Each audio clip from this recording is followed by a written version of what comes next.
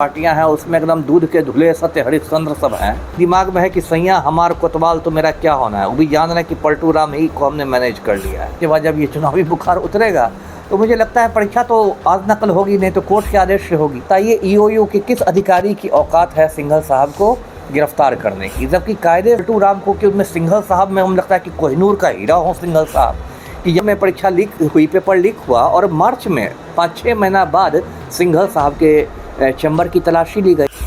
नमस्कार, आप देख रहे हैं द बिहार टॉप। मैं हूं आदेशपुरी। लोकसभा चुनाव चल रहा है और चुनाव में रोजगार का मुद्दा सबसे ऊपर है। तेजस्वी यादव हर एक मंच से चीख चीख के कह रहे हैं कि हमने 17 महीनों में 5 लाख लोगों को रोजगार दिया। लेकिन आपको बता दें कि नीतीश कुमार भी दावा कर रहे हैं कि रोजगार हमने दिया, लेकिन पेपर लीक पर कोई भी चर्चा करने को तैयार नहीं है। इस चुनाव में इतना बड़ा बिहार में पेपर लीक हुआ, इसको लेकर, इसके रोकथाम को लेकर कोई भी दल सामने नहीं आ रहा। अब आप देख रहे हैं बिहार में 21,391 सिपाहियों की बहाली हुई। 6 महीने से एसआईटी जांच कर रही है, लेकिन ये नहीं पता चला क्वेश्चन कहां से कैसे लीक हुआ। एसके सिंघल साहब, उनकी पदस्थापना ऊर्जा विभाग में कर दी गई। बीपीएससी टीआरई 3 इसका भी मास्टरमाइंड अभी तक नहीं पकड़ा गया। हमारे साथ हैं इस मुद्दे पर लगातार अपनी आवाज़ बुलंद करने वाले पूर्व आईपीएस अधिकारी अमिताभ दास जी। इनसे ही बात करेंगे। सर, आज भी पेपर में सर दिया हुआ है, न्यूज़ में भी चला, टीआरई 3 का जांच चल रहा है। यूपी में सर पेपर लीक हुआ, 1 महीने के अंदर में उद्भेदन हो गया। बिहार में 6 महीने हो गए।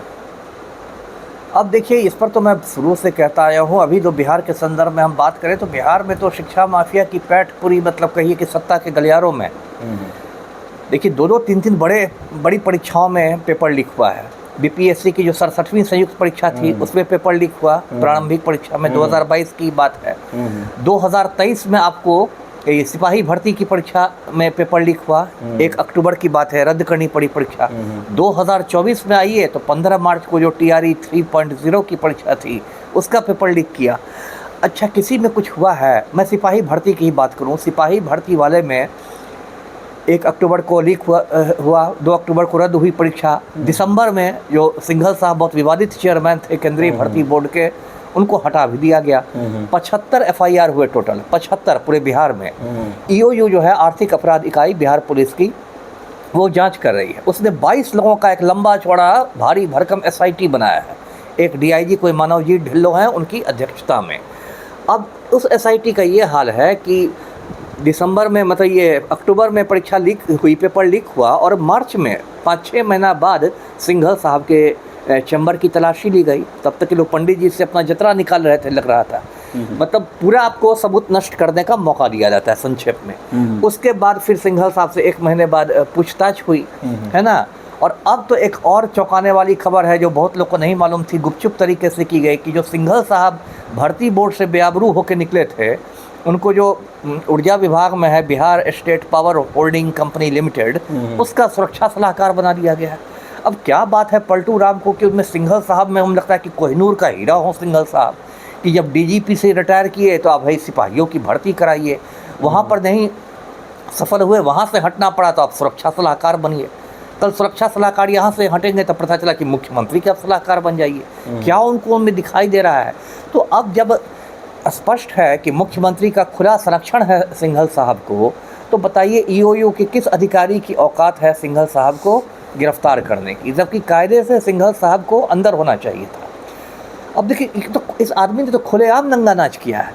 जब सिंघल साहब हटाए गए, मैं दर्शकों को याद दिलाऊं, दिसंबर में तो जो मैडम शोभा ओहटकर हैं, डीजी होमगार्ड्स हैं, उनको अतिरिक्त प्रभार दिया गया ये भर्ती बोर्ड के चेयरपर्सन का। शोभा मैडम ने मतलब पूरा पत्राचार किया कि मुझे दस्तावेजों का प्रभार दे दिया जाए, जितने भी डॉक्यूमेंट्स हैं चार्ज दे दे सिंघल साहब। लेकिन क्या मजाल कि सिंघल साहब उनको प्रभार देंगे। 4-5 महीने तक वो पत्राचार कर करके थक गई, उनको किसी भी कागज़ का प्रभार नहीं मिला। सर, ये पुनर्परीक्षा होगी कि नहीं सर?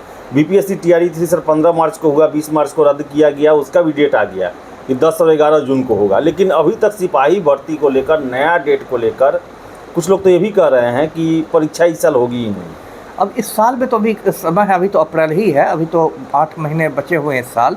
और अभी जो चेयरमैन बने हुए हैं जितेंद्र कुमार, वो मैं उनके साथ सीआईडी में काम कर चुका हूँ, वो मैं उनको अच्छे पदाधिकारियों में रखता हूँ, ईमानदार पदाधिकारी में रखता हूँ। तो और राजनीतिक दबाव में भी ज़्यादा नहीं आते, सिंगल टाइप के नहीं हैं। तो मुझे उम्मीद है, अभी तो देखिए सब कुछ जो भी है सब मतलब चुनाव हो रहा है। 4 जून को मतगणना के बाद जब ये चुनावी बुखार उतरेगा तो मुझे लगता है परीक्षा तो आज नकल होगी, नहीं तो कोर्ट के आदेश से होगी, है ना। मुझे लगता है जुलाई अगस्त तक इसकी परीक्षा होनी चाहिए। सर तो उस समय तक जांच पूरा होगा कि नहीं सर, आपको क्या लगता है? जांच तो देख रहे हैं भाई, जांच की तो कोई उम्मीद नहीं है। क्या जांच होगी? कोई मतलब लग रहा है 4-4 महीने आपको लग रहे हैं उसके ये की तलाशी लेने के लिए, और जब एकदम मुख्यमंत्री चट्टान की तरह खड़े हो गए हैं सिंघल साहब के साथ, तो यहाँ पर किस DIG IG या DG की औकात है कि वो सिंघल साहब पर हाथ डालेगा? मुख्यमंत्री ने तो एक तरह से अभय दान दे दिया है सिंघल साहब को कि एकदम, और सिंघल साहब के दिमाग में है कि सैया हमार कोतवाल तो मेरा क्या होना है। वो भी जान रहे हैं कि पलटू राम ही को हमने मैनेज कर लिया है। तो बहुत दुर्भाग्य की बात है, इस तरह से लड़के लड़कियों के भविष्य के साथ खिलवाड़ हो रहा है। जी सर। तो अमिताभ दास जी थे और इनका यही कहना है कि दुर्भाग्यपूर्ण है कि यहाँ के युवाओं के साथ ऐसा खिलवाड़ किया जा रहा है। जबकि सर एक और प्रश्न है सर, विपक्षी दल सर क्यों नहीं इस मुद्दा को उठाते हैं सर? तेजस्वी यादव ट्वीट किए कि एक मंत्री का हाथ है बूझो तो जाने, वो तो छोड़ दिए कि बोले भी, अब कुछ बोले भी नहीं। हाथ होना चाहिए। देखिए होता इसलिए है ना कि इस हमाम में सब नंगे हैं, कहावत है ना। ऐसी बात नहीं कि जो विपक्ष में पार्टियां हैं उसमें एकदम दूध के धुले सत्य हरिश्चंद्र सब हैं, है ना। तो अब मैं नहीं कह सकता, लेकिन हो सकता है कि शिक्षा माफिया के कुछ विपक्षी नेताओं को भी उपकृत करता हो, कुछ मदद करता हो।